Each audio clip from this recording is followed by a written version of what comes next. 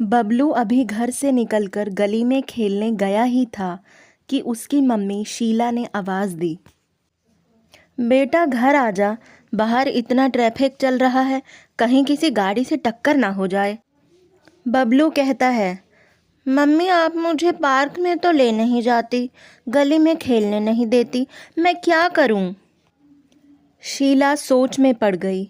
उसे घर के काम के साथ साथ कई घरों में साफ सफाई और झाड़ू पोछे का काम करने के लिए भी जाना पड़ता था, इसलिए समय ही नहीं मिल पाता था।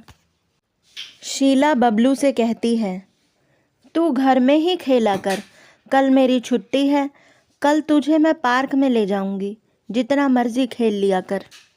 बबलू अपनी मम्मी की बात मानकर घर में आ गया। शाम को वह सुनीता जी के घर का काम निपटा कर निकलने ही वाली थी, तभी सुनीता जी ने टोका, शीला कल की छुट्टी मत करना, कल बहुत काम है, कल मेरे गुड्डू का जन्मदिन है, बहुत काम होगा। शीला कहती है, लेकिन मालकिन कल तो मुझे अपने बेटे को कहीं लेकर जाना है, मैं नहीं आ सकती। फिर उसकी मालकिन सुनीता कहती है, फिर किसी दिन ले जाना बेटे को, कल तो आना ही पड़ेगा, नहीं तो दुगने पैसे काट लूँगी। शीला चुपचाप मन मारकर घर की ओर चल दी। अगले दिन सुबह वह तैयार हो रही थी, तभी बबलू उसके पास आया। मम्मी बड़ी जल्दी तैयार हो गई, रुको मैं भी तैयार हो जाता हूँ, आज बहुत देर तक पार्क में खेलेंगे। शीला कहती है, नहीं बेटा, आज नहीं, आज मुझे काम पर जाना है, तू घर में खेल ले, किसी और दिन चलेंगे। बबलू कहता है, आप हमेशा ऐसे ही करते हो, मुझे आपसे बात नहीं करनी। यह कहकर बबलू एक कोने में रूठ कर बैठ जाता है।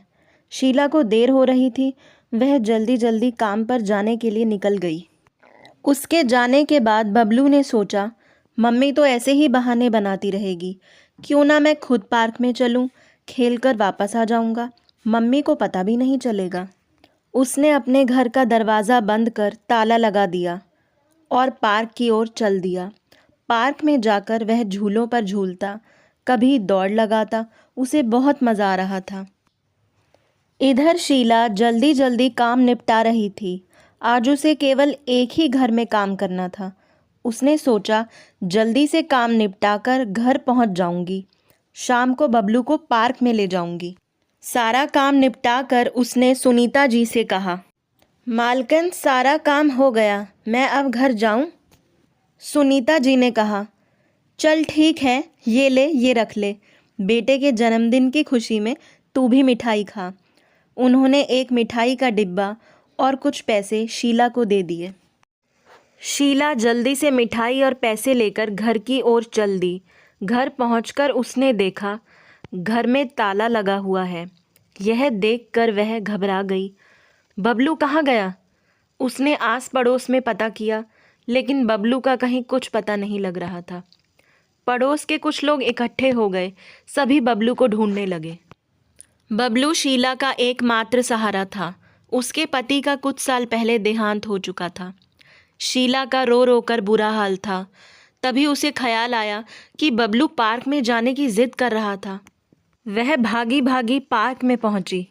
अंधेरा होने लगा था, पार्क में कोई भी नहीं था।